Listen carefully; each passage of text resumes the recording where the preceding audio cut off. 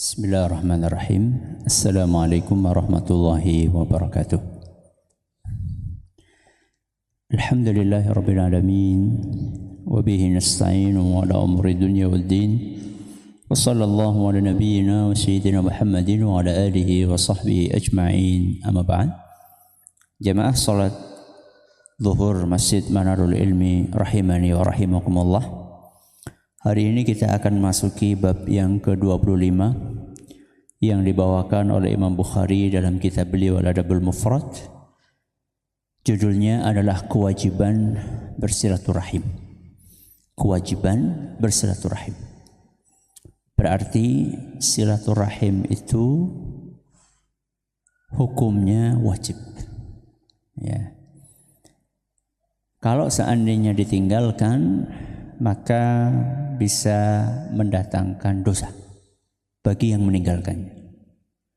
Apalagi seandainya silaturahim itu terkait dengan orang tua yang memang wajib untuk dibaktini oleh anaknya. Lantas siapa saja yang harus kita silaturahimi?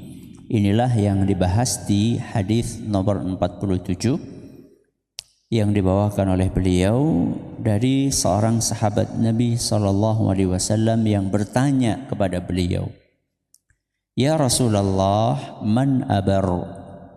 Wahai Rasul, siapakah yang harus aku baktini? Siapakah yang harus aku sikapi dengan baik? Inilah kebiasaan para sahabat.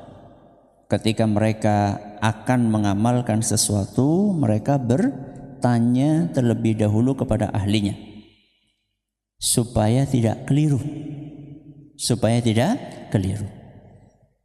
Maka setelah mendengar pertanyaan dari sahabat itu, maka beliau SAW pun menjawab, ummaka wa abak. Yang paling wajib untuk engkau sikapi dengan sikap yang terbaik adalah ummaka.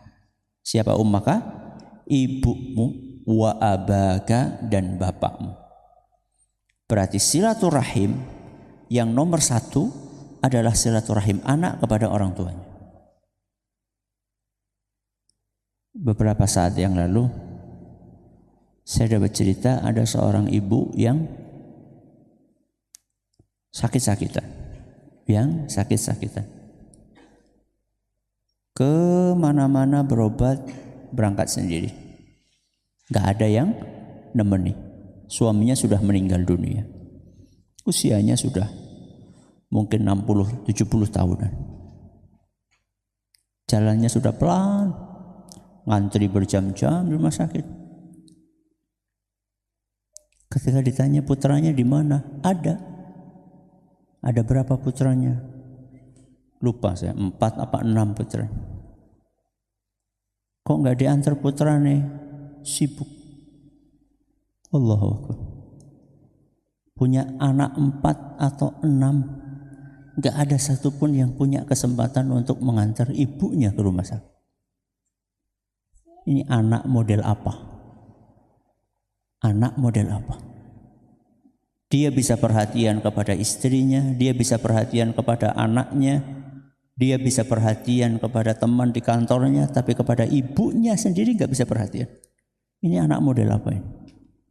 Ya. Maka sahabat itu ketika tanya kepada Nabi SAW, siapa yang harus saya dahulukan? Ibumu dan bapakmu. Itu nomor satu. Seluruh kesibukan yang lain kalah. Entah itu kesibukan pekerjaan, ya, entah itu kesibukan apalagi hanya sekedar untuk bermain. Ya.